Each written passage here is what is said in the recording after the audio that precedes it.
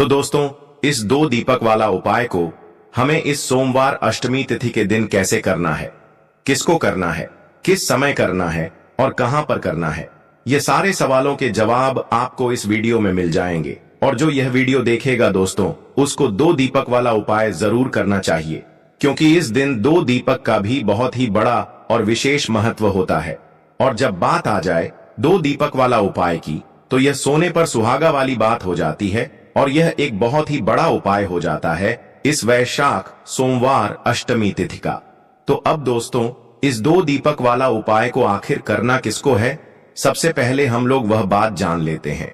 तो देखो, घर की जो बड़ी माताएं बहनें होती हैं, उन माताओं बहनों में से कोई भी एक बड़ी माता बहन इस वाले उपाय को कर सकती है।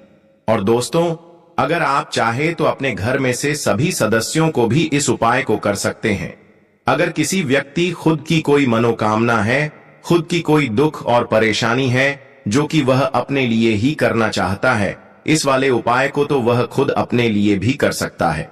बाकी अगर कोई घर में से ऐसा है जो कि अपने पूरे घर परिवार की सुख और शांति के लिए यह वाला उपाय करना चाहता है, तो दोस्तों वह भी कर सकता है।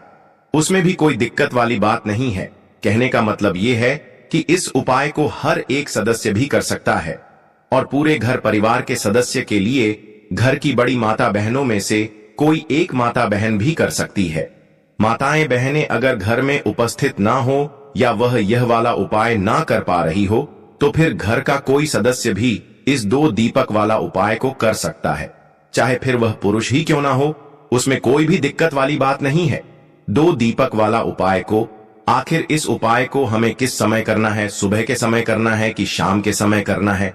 तो देखो, इस वाले उपाय को आप लोग सुबह के समय भी कर सकते हो और शाम के समय प्रदोष काल में भी कर सकते हो। अब अगर आप पूछो सबसे उत्तम समय कौन सा रहेगा इस 2 दीपक वाला उपाय को करने का, तो हम आपसे बस यही कहेंगे कि इस उपाय को आप सुबह के समय करेंगे तो ज्यादा बेहतर होगा। बाकी अगर प्रदोष काल शाम के समय भी करेंगे तो भी अच्छा होगा, उसमें कोई भी दिक्कत वाली बात नहीं है। तो अब दोस्तों, जो अगली सबसे बड़ी और महत्वपूर्ण बात आती है, वह यह आती है कि सुबह अगर हम उपाय को करेंगे तो हमें कितने बजे से लेकर कितने तक के बीच में करना है, और शाम के समय प्रदोष काल में कर तो हमें कितने बजे से लेकर कितने बजे के बीच में करना है। तो देखो, सुबह जितनी जल्दी हो सके आप उपाय को करने की कोशिश करना। बाकी अगर किसी कारणवश लेट भी हो जाओ, थोड़ी देर भी हो जाए, तो 10 या 12 बजे तक भी आप उपाय कर लेना, पर 12 बजे से ज्यादा देरी ना हो, इस बात का ध्यान रखना। उसके बाद में दोस्तों, अगर शाम के समय प्रदोष काल की बात करें, प्रदोष काल का जो समय होता है वह शाम के 6 से शुरू हो जाता है। मतलब शाम के 6 बजे से लेकर 7 बजे के बीच का जो समय होता है, यह समय प्रदोष काल का समय होता है। पर अभी जो मौसम चल रहा है, इस मौसम में जो है शाम बहुत देरी से होती है, तो आप इस उपाय को 7 या 8 बजे के बीच में भी कर सकते हो। मतलब शाम के 6 बजे से रात 8 बजे के बीच में आप कभी भी इस वाले उपाय को कर सकते हो, उसमें कोई भी दिक्कत वाली बात नहीं है। दोस्तों, आज के इस पूरे वीडियो हम 3 उपाय के बारे में बात करेंगे। देखो, एक एक करते हुए हम उपायों को विस्तार से जानेंगे, इसलिए बिल्कुल ध्यान से समझना। सबसे पहले उपाय के बारे में हम बात करते हैं। यहां पर एक चीज समझना, अगर आपको या आपके घर में कोई भी व्यक्ति हो जिसको भी शरीर में किसी भी तरह का रोग हो, देखो माइग्रेन होता है, सिर बहुत दुखता है, उन लोगों को यह उपाय करवाना या आप करना, उनके निमित्त या शरीर में किसी भी तरह का रोग है, हाथ पैर बहुत दुखते हैं, एसिडिटी संबंधित कोई परेशानी है या शरीर में कोई बड़ी बीमारी है जिससे आपको छुटकारा पाना है, तो उन लोगों को यह उपाय करना है। देखो, समझना आपको लेना है, यानी कि 14 चने की दाल कोई भी खंडित नहीं होनी चाहिए। 14 चने की दाल आपको सीधे हाथ में ले लेनी है। अब देखो, यहां पर समझना, जो बीमार व्यक्ति है, बीमार व्यक्ति के ऊपर से 14 चने की दाल का आपको उतारा करना है। मतलब जैसे हम नजर उतार, उसी तरह से इसका उतारा करना है। कैसे करोगे? घड़ी की दिशा में एंटी क्लॉकवाइज मत करना, क्लॉकवाइज आपको उतारा करना है। उतारा कर लिया आपने, सीधे तरफ से आपको उतारा करना है। उस व्यक्ति के ऊपर से जो व्यक्ति बीमार रहता है, बीमार व्यक्ति के ऊपर से उतारा कर लिया। अब यह जो चने की दाल है, यह चने की दाल आपको लेकर के जानी है भगवान शिव के मंदिर में। जो उतारा करेगा व्यक्ति, उसी को लेकर के है चने की दाल, और चने की दाल लेकर के भगवान शिव के मंदिर में जाएगा और भगवान शिव से प्रार्थना करेगा कि इसकी यह जो बीमारी है यह दूर हो जाए। ऐसी प्रार्थना करते हुए यह 14 चने की दाल भगवान शिव के शिवलिंग पर आपको अर्पित कर देनी है। बस इतना सा प्यारा सा छोटा सा उपाय करना है। उस व्यक्ति के ऊपर कैसा भी रोग होगा वह निश्चित तौर पर दूर होगा। और यह उपाय केवल और केवल वैशाख महीने का सोमवार की अष्टमी तिथि ही किया जाता है। और आज आपके पास यह मौका है। यह उपाय आप सुबह से अब भी करना चाहो, शाम तक करना चाहो, रात तक करना चाहो, तो आपको करना ही करना है। अगर रोग मुक्ति के लिए अगर आपको यह उपाय करना हो तो यह हो गया पहला उपाय। अब हम बात करते हैं दूसरे विशेष उपाय की। देखो, दूसरे उपाय इसलिए खास है क्योंकि यह उपाय भी सोमवार की अष्टमी तिथि पर ही किया जाता है और विशेषकर रात्रि में किया जाता है। रात्रि में यानी 7 से लेकर के आप लगभग 9 से 10 बजे तक आप यह उपाय कर सकते हैं। प्रदूषक में करना चाहते हो तो प्रदूषण के समय भी आप यह उपाय कर सकते हो। अब 2 दीपक आपको तैयार करना है। एक दीपक होगा लंबी बाती का, जो आप आटे का या माटी का जिसका बनाना चाहो आप बना सकते हो, और एक दीपक होगा गोल बाती का, जो भी मतलब आप माटी का या आप आटे का बनाना चाहो तो वह भी आप बना सकते हो। आ गई आपको बात समझ में। 2 दीपक आपको तैयार करना है। दोनों दीपक के अंदर आपको घी का प्रयोग आपका करना है। 2 दीपक तैयार कर लिए। अब यहां पर समझना, एक दीपक होगा देवी लक्ष्मी के लिए, बहुत ही मतलब जो हमारे जीवन में धन की समस्या दूर कर सकती है, ऐसी देवी मां लक्ष्मी के लिए। लक्ष्मी के भी 8 रूप जो होते हैं, मतलब 8 रूप जो होते हैं, मतलब अष्ट लक्ष्मी होगी प्राप्ति के लिए।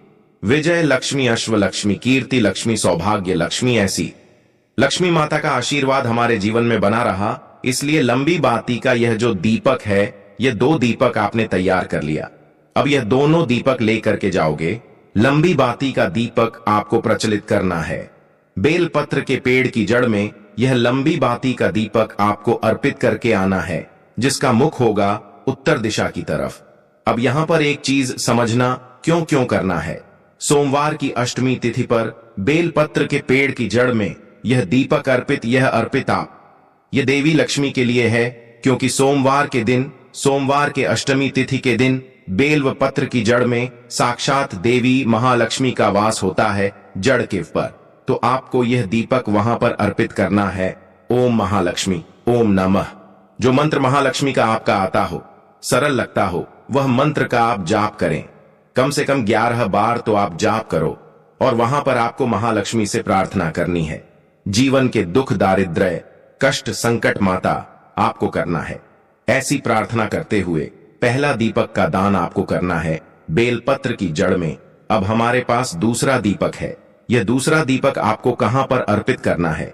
आपको जाना है भगवान शिव के मंदिर में, और भगवान शिव के मंदिर की जो चौखट है, चौखट के सीधे तरफ आपको यह दूसरा दीपक प्रज्वलित करके आना है। यानी कि भगवान का द्वार, मंदिर का जो द्वार है, वह आपको रोशन करके आना है। इस सोमवार की अष्टमी तिथि पर जब भगवान शिव और माता पार्वती का मिलन होता है, जब भगवान शिव बहुत ही प्रसन्न मुद्रा में होते हैं, और आपको यह सुंदर सा प्यारा सा उपाय करना है। जो भी विशेष मनोकामना है, आपको द्वार पर ही आपको महादेव से बोलना है और यह सुंदर सा उपाय करना है। चलिए बात करते हैं तीसरे वाला उपाय में। यह विशेष उपाय है सफलता से जुड़ा हुआ, धन प्राप्ति से जुड़ा हुआ। अगर आपका व्यापार, आपको ऐसा लगता कि पहले तो अच्छा व्यापार चलता था, लेकिन यह धीरे धीरे व्यापार में इतनी मंदी कैसे आ गई है, व्यापार ढंग से नहीं चल पा रहा है, तो आपको यह उपाय करना चाहिए। पहले आपकी जॉब अच्छी से चलती थी, लेकिन अब जॉब में मन नहीं लगता है, काम में मन नहीं लगता है, कोई भी काम आपको अच्छा नहीं लगता है, तो फिर आपको यह उपाय करना चाहिए। अगर आप चाहते हैं कि आपके जीवन में आपको सफलता मिले, आप दिन पर दिन प्रगति करें, बढ़ते जाएं, तो फिर आपको यह उपाय करना चाहिए। करना क्या है? मात्र एक बेलपत्र, मात्र एक बेलपत्र। देखो, बेलपत्र अगर आपको नहीं मिल पाता दोस्तों, तो आप भगवान शिव के मंदिर में जाना और बेलपत्र ले लेना। वह चीज तो आप कर सकते हो, तो वह कर लेना। एक बेलपत्र ही लेना है मात्र, और साथ में लेना है कच्चा दूध, गौ माता का दूध होना चाहिए। वह भी कच्चा दूध। अब यहाँ पर समझना, कई लोगों के यहाँ पर गौ माता को दूध नहीं मिल पाता है, तो फिर वह क्या करेंगे? तो वह इस उपाय को नहीं करेंगे, क्योंकि पूज्य गुरुदेव ने स्पष्ट रूप से बोला है। तो फिर गौ माता का ही दूध आपको लेना पड़ेगा। बहुत प्यारा सा उपाय है, सोमवार के अष्टमी तिथि पर ही किया जाता है। समझना, गौ माता का दूध भी ऐसा नहीं कि हमको आधा कटोरी चाहिए या 1 चम्मच, तो आपको लेना ही लेना है। करना है, आपको जाना है भगवान शिव के मंदिर में। कटोरी है, कटोरी के अंदर आपने कच्चा दूध लिया है। कच्चा दूध जो है, आप क्या करना, कच्चा दूध बस आपको बेलपत्र के पत्ते के ऊपर स्पर्श करना है। तो बेलपत्र का पत्ता कटोरी के अंदर डाल देना, कच्चे दूध में आपको स्पर्श करवा देना है, और इसी से आपको भगवान शिव के शिवलिंग पर कच्चा दूध बेलपत्र की सहायता से आपको भगवान शिव जी के शिवलिंग पर आपको अर्पित करना है। पंचाक्षर मंत्र, मेरे जीवन में जो कठिनाई यहाँ आ रही है वह दूर हो जाए, मैं सफल हो जाऊं, ऐसी मन में आपको प्रार्थना करते हुए कच्चा दूध आपको अर्पित करना है। बेल अर्पित नहीं करना है, बेलपत्र से कच्चा दूध आपको अर्पित करना है। आ गई इतनी बात समझ में? अब देखो, 1 बार करो, 2 बार करो, 3 बार करो, 5 बार करो, जब तक कच्चा दूध समाप्त नहीं हो जाता तब तक कर लेना। और यह उपाय आपको करना है। अब यह जो बेलपत्र है, इस बेलपत्र का क्या करोगे आप? यह बेलपत्र आपको माता अशोक सुंदरी वाले स्थान पर आपको अर्पित करना है। डंडी का हिस्सा जलाधारी की तरफ होना चाहिए, चिकना वाला हिस्सा नीचे होना चाहिए। माता अशोक वाले स्थान पर अर्पित कर देना है। यकीन मानिए, यह उपाय बहुत ही बेस्ट है। देखो, तीनों उपाय बहुत प्यारे से थे और आपको भी अच्छे लगे होंगे। आपको जो उपाय आपको लगे आप कर सकते हैं। भक्तों, आज की वीडियो में इतना ही। मिलते हैं अगले वीडियो में। जय श्री राम।